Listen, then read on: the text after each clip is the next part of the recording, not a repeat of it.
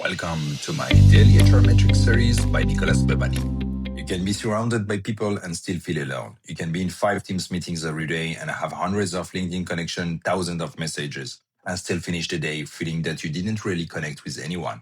And now AI is adding another layer.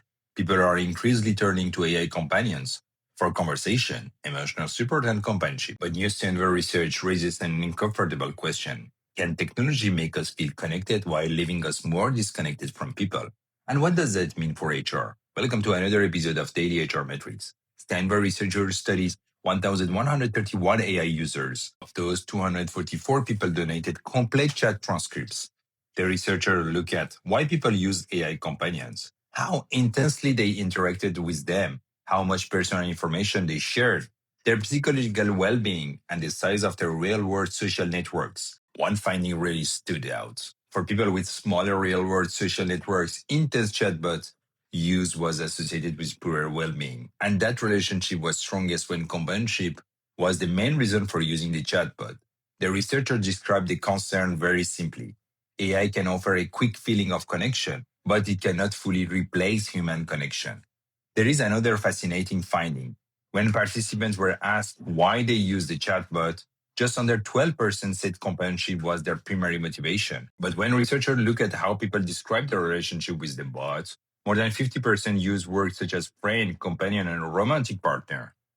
And more than 80% of the donated chat sessions involve seeking emotional or social support. So sometimes what people say they are doing and what they are actually looking for are not exactly the same.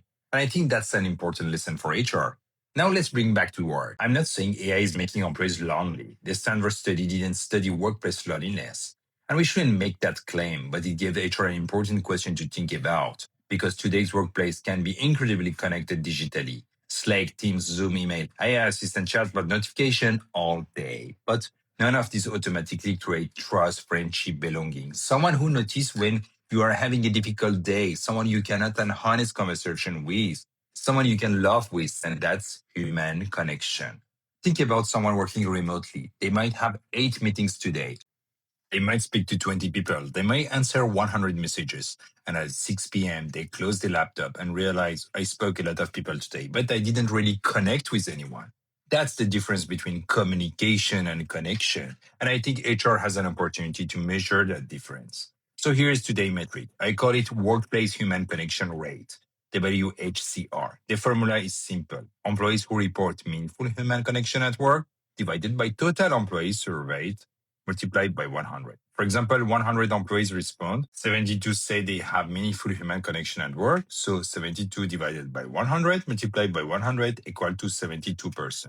Your WHCR equal to 72%. The higher the percentage, the stronger the reported level of human connection. But remember, this is a proposed HR metric. It's not a metric from the Stanford study. You could ask one simple anonymous question. How often do you feel you have meaningful human connection with people at work? You could use a 5-point scale. Never, rarely, sometimes, often, very often. Then define what counts as meaningful before you calculate the metric. For example, you might count often plus very often as the positive responses. Then positive responses divided by total responses multiplied by 100.